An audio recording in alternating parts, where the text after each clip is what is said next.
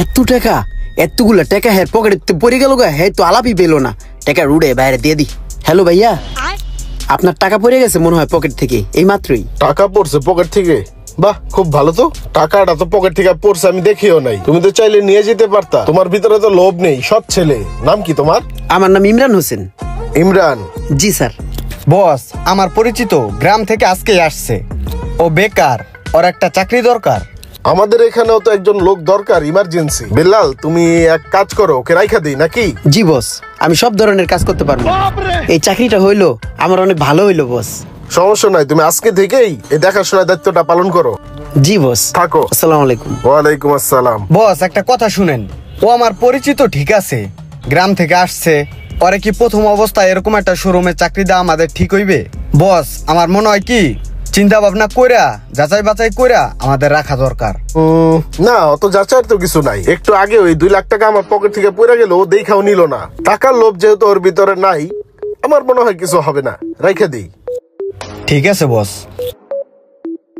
ভাই আপনার চয়েস একবারে ফার্স্ট ক্লাস চয়েস। এটা 4.5 গ্রেডের মাল, আমাদের লটের সব থেকে ফার্স্ট ক্লাস গাড়ি। এটা স্পেশাল এডিশন, আপনি যে কোনো ভাবে যাচাই করে দেখতে পারেন।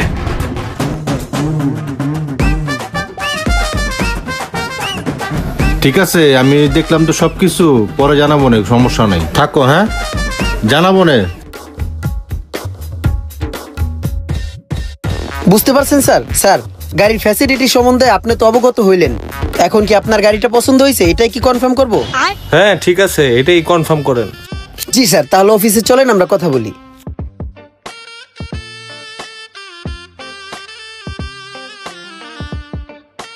স্যার, এই ভাইয়াটা আমাদের ওই সামনের একুয়া 4.5 গ্রেডের গাড়িটা পছন্দ করছে, সে এটা নিতে চাই। একটু কথা বলেন স্যার। আচ্ছা, ওই গাড়িটা আপনি আজকেই নিতে পারবেন চাইলে। গাড়িটা আজকে আপনাকে রেডি করে দিতে পারবো, আর নাম্বার করতে দিলে 2 দিন পরে নাম্বার পাবেন। সমস্যা নাই। এখন এই যে এখানে 10 লাখ টাকা আছে, রাখেন বায়না হিসেবে।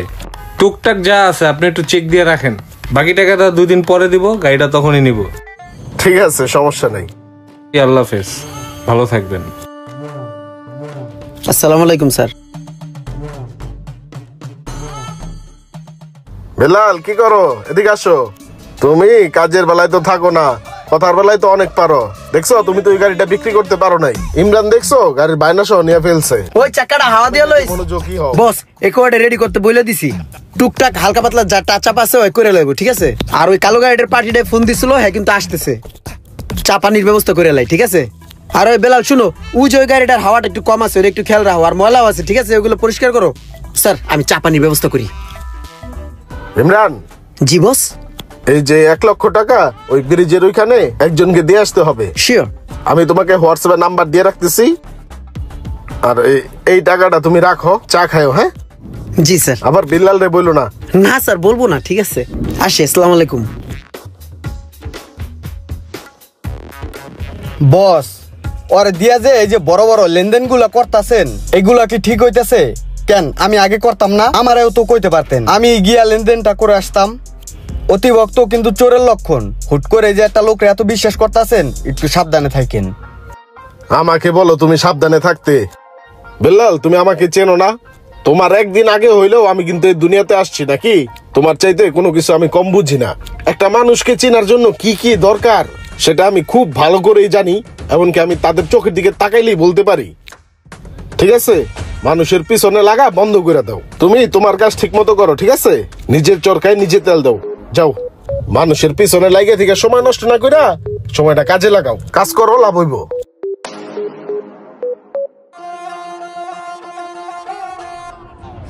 বস, পুরো 3 লাখ আছে। আমি স্পটে বই একবার গোনা দিছি, পুরো 100 3 লাখই ছিল।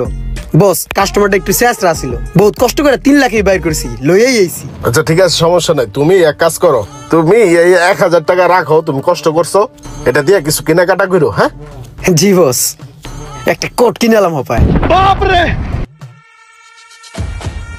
বস আমি এদিকে কত বছর যাবত চাকরি করতেছি, আজ পর্যন্ত কোনোদিন খুশি হইয়া 100 টাকা বকশিস দিলেন না, আর ওরা 1000 টাকা আপনি বকশিস দিয়ে দিলেন। বস আপনার কি মনে হইতেছেন আপনি কোন দিক থেকে উল্টাপাল্টা করতেছেন? ওই আমার পরিচিত ছিল, ঠিক আছে, আমার কাছে কিছু না জিজ্ঞেস করে ওরা চাকরিতে রাখছেন। দ্বিতীয়ত ও যেদিন থেকে চাকরিতে ঢুকছে ওই দিন থেকে আমি ওর ভিতরে গরমিল পাইতেছি। চুপ করো বিল্লাল, তোমার মধ্যে অতিরিক্ত লোভ ঢুকে গেছে, আমি দেখতে পারতাছি তো। ওই কাজ কামে তো কোনো মনোযোগ নাই, একটা গাড়িও তো সেল করতে পারলা না। ও তো ঠিকই 2-3টা গাড়ি সেল করে ফেলাইছে। তুমি কি করো? চিপায় চিপায় বসে থাকো। ও শোরুমের সব ধরনের সব কাজগুলো বুঝে নিচ্ছে।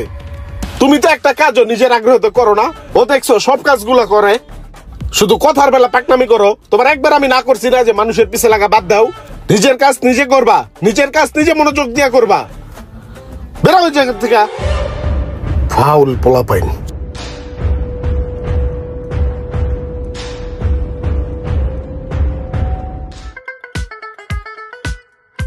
ইমরান, কাজ করতেছো? জি স্যার। কালকে সকালে আমার একটু আসতে লেট হবে, ঠিক আছে? সকালে তুমি আগে এই 10 লাখ টাকা ব্যাংকে জমা দিয়ে রাখো। জি স্যার, আমি টাকাটা ব্যাংকে জমা দিয়ে হোয়াটসঅ্যাপে আমি রিসিপ্টটা পাঠিয়ে দিলাম সাথে সাথে। আর আমার একটা পার্টি আসবে ওই গাড়িটা ট্রায়াল দেওয়ার জন্য। এই চাবিটা রাখো, ওকে দিও ট্রায়ালের জন্য। ট্রায়াল শেষ হলে আবার গাড়িটা ভিতরে রাখো। হ্যাঁ জি স্যার, ধুয়ে আবার রেখে দেবো না সুন্দর করে জায়গা মতন। ঠিক আছে। Okay sir.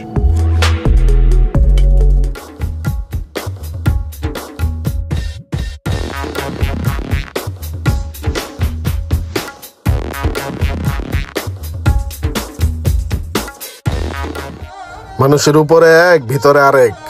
বেলাল, তোমার কথাই কি তাহলে সত্যি হইলো? ও কি তাহলে ব্যাংকে টাকাটা জমা দিল না?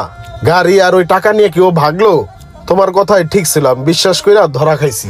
কাউকে যদি আপনি অল্পতেই বেশি বিশ্বাস করে থাকেন আর সে যদি সেটা বুঝতে পারে, তাহলে সময় মতো আপনার হাতে হারিকেন, জায়গা মতো বাঁশ দিয়ে চলে যাবে। ভিডিওটি ভালো লাগলে অবশ্যই শেয়ার করে দিবেন প্লিজ।